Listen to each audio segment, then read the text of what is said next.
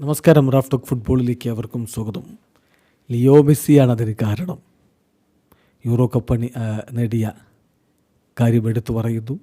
19 number jersey അണിഞ്ഞ കാരണം പറയുന്നു. Lamin യമാലെല്ലാം തുറന്നു പറഞ്ഞിരിക്കുകയാണ്. എൽ ലാർഗ്യോറയുമായിട്ട് അദ്ദേഹം ഇന്നലെ അഭിമുഖം നടത്തിയിരുന്നു. ആ അഭിമുഖത്തിലാണ് അദ്ദേഹം ഇത് പറയുന്നത്.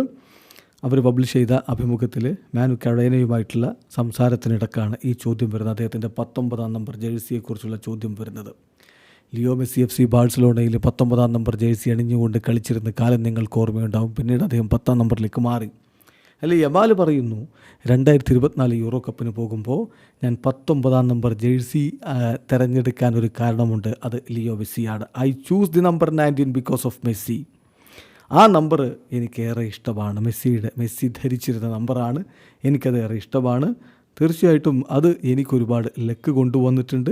ആ ജേഴ്സിയുമായിട്ട് എനിക്ക് ഒരു സ്പെഷ്യൽ കണക്ഷനാണുള്ളത് എന്നുകൂടി ഇപ്പോൾ ലാമിൻ യമാൽ പറയുന്നു.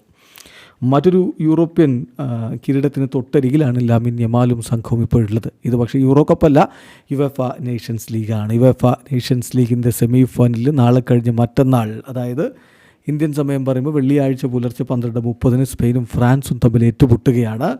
തീർച്ചയായിട്ടും വലിയ പ്രതീക്ഷ ലാമിൻ യമാലിലെ സ്പെയിനുണ്ട്.